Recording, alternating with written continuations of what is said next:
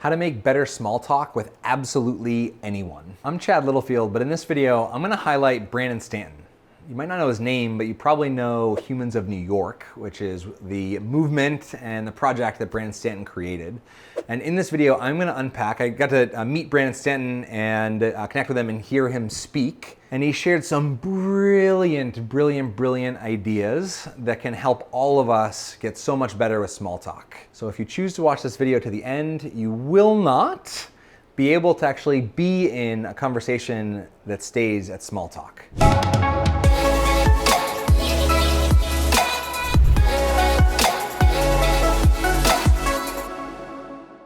Brandon Stanton, who's about 9 feet tall when you actually meet him in person.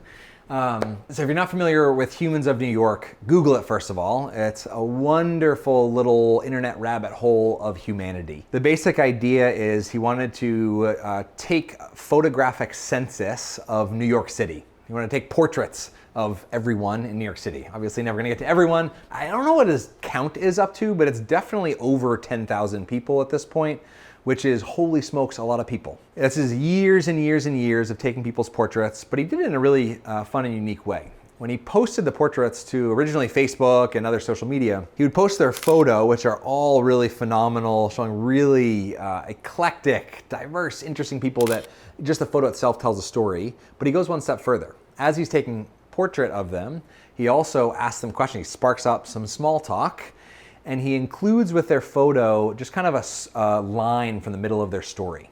So meaning a quote, something that they actually said in the middle of their conversation. Now, when I met him and I heard him speak, he shared the process that he actually goes through to get to really great parts of the story. Because if you just show up to somebody in the middle of New York and you're like, hey, tell me something interesting about yourself, it's quite unlikely that they're gonna tell you this really heartfelt, amazing story about their grandmother when they were 5 years old.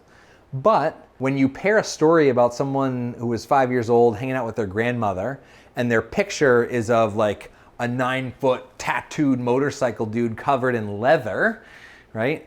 The amount of depth that it gives that person is huge. And so there's lots of value of being able to go beyond the surface.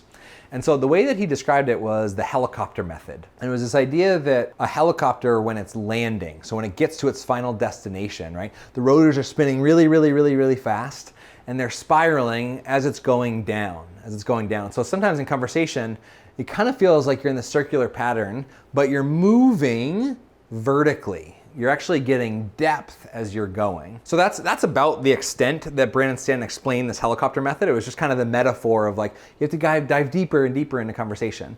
But me and my co-founder Will really like to think about how to ask powerful questions and create conversations that matter. And so we took that metaphor a step further and said, okay, what does that actually mean? Taking that out of metaphor land, what does it actually mean to spin the blade around and to go lower? How do you actually do that? And so to add a metaphor, think about ping pong. If I was curious about that motorcycle guy's story with his grandmother, I'm gonna focus on that one element and I'm gonna toss a question, like a little ping pong ball, back about that one experience. And then he'll fire back with something, and then that will spark some new experience, and it kind of ping pongs back and forth, or in Brandon's, where he spirals down. The point is, I'm gonna bounce around a ton of questions, maybe to a whole handful of topics. But when I finally get low enough in the helicopter to see my destination, or see the X on the ground, or the helipad where I need to land, or in reality, it's not a helipad, right? It is a topic that ignites your curiosity. The way that you eradicate small talk is to be voraciously curious about whatever that person has to share. Okay, if the helicopter and the ping pong aren't working for you, think about when you Google search something. So if you want to find something that's really interesting that goes beyond small talk, let's say you want to learn all about Genghis Khan. You don't know a lot about Genghis Khan, and so you Google Genghis Khan. What you're going to do when you Google Genghis Khan is you're going to type in his name, press enter, and Google's going to feed back a couple 100 million results for you. And you're going to scroll through and find the one that piques your interest the most, and you're going to click on that. And then you're going to look around that page. There might be a couple videos and well, maybe not videos of Genghis Khan, a couple photos, some articles, and there's going to be some hyperlinks there. And you're going to click again. And you're gonna go a little bit deeper. And then you're gonna click again. And this is what we call an internet rabbit hole, right? You started with Genghis Khan, and who knows where you ended up. If you wanna get really good at small talk, stay focused on Genghis Khan. Stay focused on one thing and keep being curious about that and circling around back to it, connecting it to other things, right? Don't end up on TikTok when you started with Genghis Khan. Stay in the place, stay focused on whatever it is that you're naturally, genuinely curious about, and keep asking questions from different angles to that. Because if you do that, you go deeper in conversation, vertically, rather than horizontally bouncing around everywhere. The reason we get off of an internet rabbit hole and we feel like kind of exhausted and empty is because we didn't get anywhere. We just like skimmed around on the surface. We never got to any level of depth. Whereas if you spent a whole 10 hours researching one single topic, compared to most of the population, you'd be a master at that topic. And so one way to bring out somebody's mastery is to stay deep, ask more about that. So if they've mentioned that they're a nuclear engineer, you could then ask them where they're from and bounce over here. But if you're curious about the engineer part, ask them how they got into that. Ask them what one of the scariest things they experience as a nuclear engineer. Ask them, right? Continue asking them questions on whatever really ignited your curiosity.